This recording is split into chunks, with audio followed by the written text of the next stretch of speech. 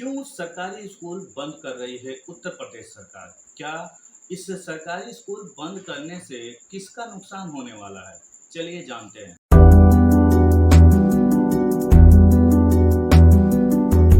नमस्कार दोस्तों, मैं नन्हे कुमार गौतम बीबी न्यूज इंडिया में आपका स्वागत करता हूं। आज हम बात करने वाले हैं उत्तर प्रदेश सरकार के द्वारा वह निर्णय के विषय में जो हाल ही में ली गई है और कहा गया है कि सरकारी स्कूल को बंद किया जाएगा।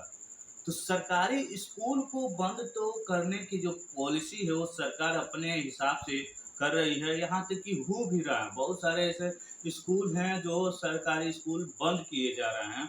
लेकिन उस स्कूल के बंद होने से किसका लाभ होगा और किसका हानि होगा, ये सोचने का विषय है।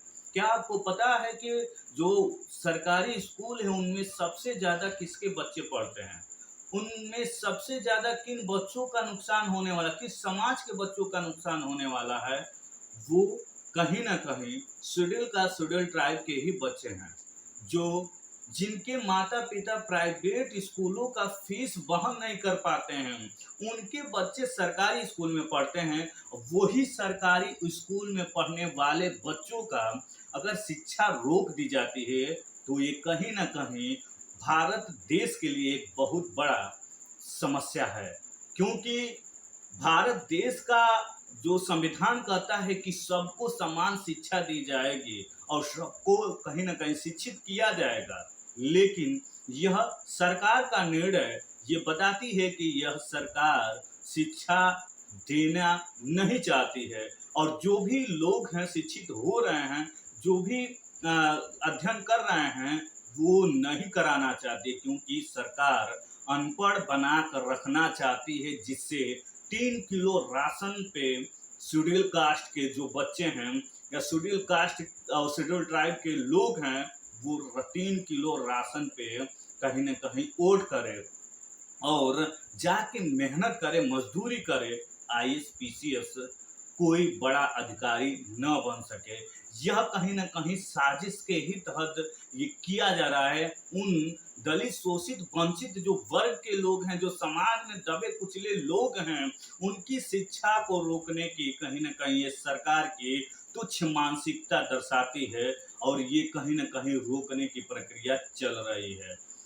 आप जब तक इस शिक्षा रूपी मंदिर को बंद होने से नहीं रोकेंगे, तब तक आप शोषण के उस करीब पहुंचते चले जाएंगे, जिस तरह प्राचीन समय में शिक्षा से दूर करके आपको हर तरह से शोषित किया गया था।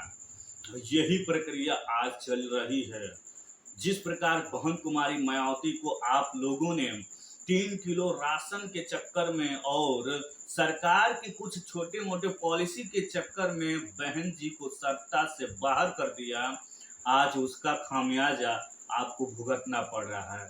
आप एससी एसटी एक्ट का कहीं ना कहीं कमजोर होते हुए दिखाई दे रहा है। आए दिन दलितों, शोषितों, वंचितों पे कहीं ना कहीं शोषण हो रहा है, उनको मारी जा रही है, लेकिन उसका सुनवाई कहीं नहीं हो रहा है। आपने देखा है कि हाल ही में देवरिया में एक यादव परिवार कहीं ना कहीं एक दलित परिवार को केवल इसलिए मार दिया कि वो मजदूरी मांग रहा था। वो मेहनत किया था, उनके स्कूल पे जाकर चौकीदारी किया था और उसी चौकीदारी का पैसा वो मांग रहा था, तो उसकी हत्या कर दी जाती है और उस पर अभी तक कोई कार्रवाई नहीं होती है।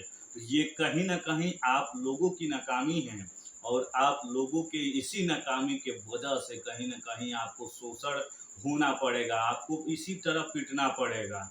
जब तक आपकी आंखें नहीं खुलेगी, जब तक इन छोटे छोटे लालच में आप पड़े रहेंगे, तब तक आपका शोषण होना तय है।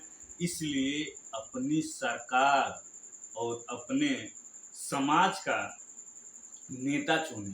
कोई भी पीडीए और कोई भी ऐसी जो राजनीतिक दल नहीं है जो आपके साथ खड़े होते हुए दिखाई दें और आपके हक और हुकूम की बात करें। आपने देखा होगा कि बहुत सारे ऐसे जो बच्चे थे उनकी स्कॉलरशिप मिलती थी, यहाँ तक कि बड़े बड़े कॉलेजों में जीरो बैलेंस पे एडमिशन मिला करता था। वह एडमिशन भी इस सरकार ने रोक दिया है। जीरो बैलेंस पे अब एडमिशन नहीं होते हैं और कहीं न कहीं दलित शोषित बच्चों को कहीं न कहीं वंचित रखा जा रहा है शिक्षा से। तो अपनी प्रतिक्रिया ज़रूर दें, अच्छा लगे हो तो वीडियो को लाइक करें, सब्सक्राइब करें और वीडियो लोगों के पास शेयर करें, जिससे आपको टाइम टू टाइम नोटिफिकेशन मिलता रहे। नमस्कार दोस्तों।